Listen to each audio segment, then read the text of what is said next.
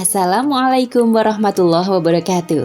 Ensiklopedia Al-Fatih kembali ke hadapan Anda untuk berbagi info Islami.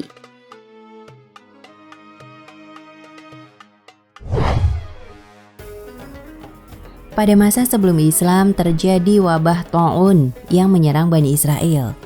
Tepatnya terjadi di kota Dawardan atau Mawardan. Adanya wabah tersebut membuat Bani Israel yang menempati daerah itu ketakutan dan melarikan diri dengan tujuan menghindari paparan wabah.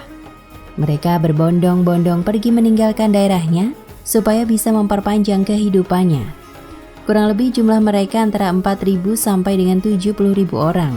Sebagaimana dijelaskan dalam tafsir Jalalain, surat Al-Baqarah ayat 243. Mereka berpindah dari daerahnya ke daerah lain yang tidak ada kematian akibat wabah ta'un, dengan membawa harta benda yang mereka miliki, mulai dari hewan dan lain sebagainya.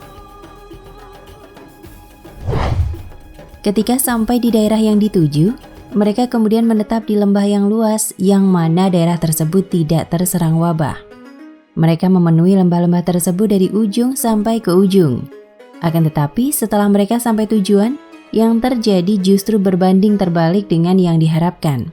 Atas segala kuasa dan kehendak Allah Subhanahu wa Ta'ala, alih-alih terhindar dari kematian, dalam waktu yang cepat mereka semua justru tertular wabah dan mati. Malaikat yang diutus oleh Allah Subhanahu wa Ta'ala menjadikan mereka semua mayat tidak bernyawa beserta hewan-hewan yang dibawanya. Hingga suatu masa selepas kematian mereka, datanglah seorang nabi dari kalangan Bani Israel bernama Hizkil alaihi salam. Hizkil alaihi salam adalah nabi bagi Bani Israel yang diutus oleh Allah Subhanahu wa Ta'ala setelah kematian Nabi Musa alaihi salam. Beliau hidup kira-kira pada tahun 591 sebelum Masehi atau setelah Nabi Musa alaihi salam dan sebelum Nabi Daud alaihi salam. Walaupun namanya tidak ada dalam Al-Quran dan tidak populer, serta adanya berbagai silang pendapat siapakah Hizkil alaihi salam dalam Islam, kisahnya diabadikan dalam Al-Quran yaitu dalam surat Al-Baqarah ayat 243. At-Tabari dalam kitabnya Tarikh Ar-Rasul wa Al-Mulk juga menjelaskan bahwasanya Hizkil alaihi salam adalah salah satu nabi yang diutus oleh Allah Subhanahu wa Ta'ala untuk Bani Israel. Beliau adalah satu di antara para nabi yang bertanggung jawab atas Bani Israel. Beliau juga merupakan nabi yang diberi mukjizat bisa menghidupkan kembali orang-orang yang sudah mati selain Nabi Isa alaihi salam. Dalam kitabnya, At-Tabari juga menjelaskan bahwa Nabi Hizkil alaihi salam bukanlah Nabi Zulkifli alaihi salam. Ketika Nabi Hizkil alaihi salam melewati tempat-tempat di mana Bani Israel dimatikan oleh Allah Subhanahu wa Ta'ala, beliau kemudian berdoa dan memohon kepada Allah Subhanahu wa Ta'ala supaya menghidupkan mereka kembali.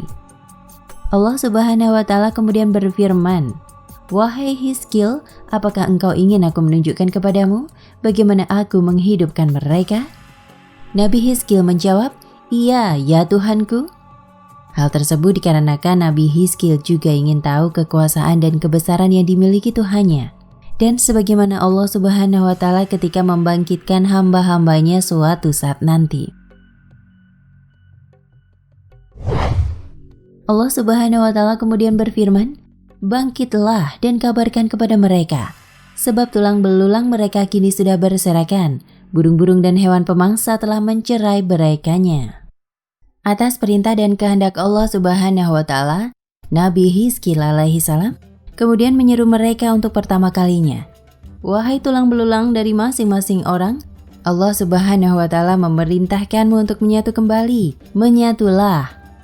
Tulang belulang yang asalnya tercerai-berai seketika kembali menjadi satu dan saling melekat. Setelah itu Nabi Hizkil alaihi salam kembali menyeru, "Wahai tulang belulang, Allah Subhanahu wa Ta'ala memerintahkanmu semua untuk dibalut daging." Tulang belulang tersebut kemudian tertutupi dengan daging. Setelahnya terbalut kulit, kemudian menjadi tubuh. Dan untuk ketiga kalinya, Nabi Hizkil alaihi salam kembali menyeru, "Wahai engkau para arwah, Allah Subhanahu wa Ta'ala memerintahkanmu untuk kembali ke tubuhmu." Atas izin Allah Subhanahu wa Ta'ala, para arwah tersebut kembali ke tubuhnya masing-masing. Mereka pun berdiri sempurna sebagaimana manusia, dan mereka benar-benar telah hidup kembali. Mereka semua kemudian memuji Allah Subhanahu wa Ta'ala. Maha suci Engkau, tiada Tuhan selain Engkau.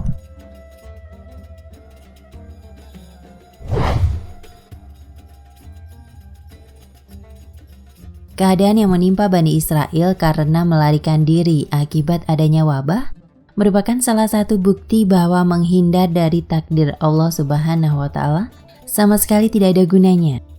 Karena tidak ada tempat berlindung dari ketentuan Allah Subhanahu wa Ta'ala kecuali kepadanya.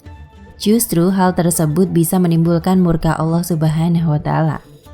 Karena adanya cobaan adalah supaya manusia ridho atas ketentuan-ketentuan dari Allah Subhanahu wa Ta'ala, bukan malah menghindarinya. Dan setiap orang tidak dapat menghindari kematian, begitu juga tidak dapat mendahulukannya. Sebab sesungguhnya Allah Subhanahu wa Ta'ala mempunyai karunia dan memberikan banyak nikmat dari berbagai hal yang terdapat dalam kehidupan umat manusia. Tetapi kebanyakan manusia lupa bersyukur atas nikmat dan karunia yang telah diberikan oleh Allah Subhanahu wa Ta'ala. Wallahu a'lam bishawab.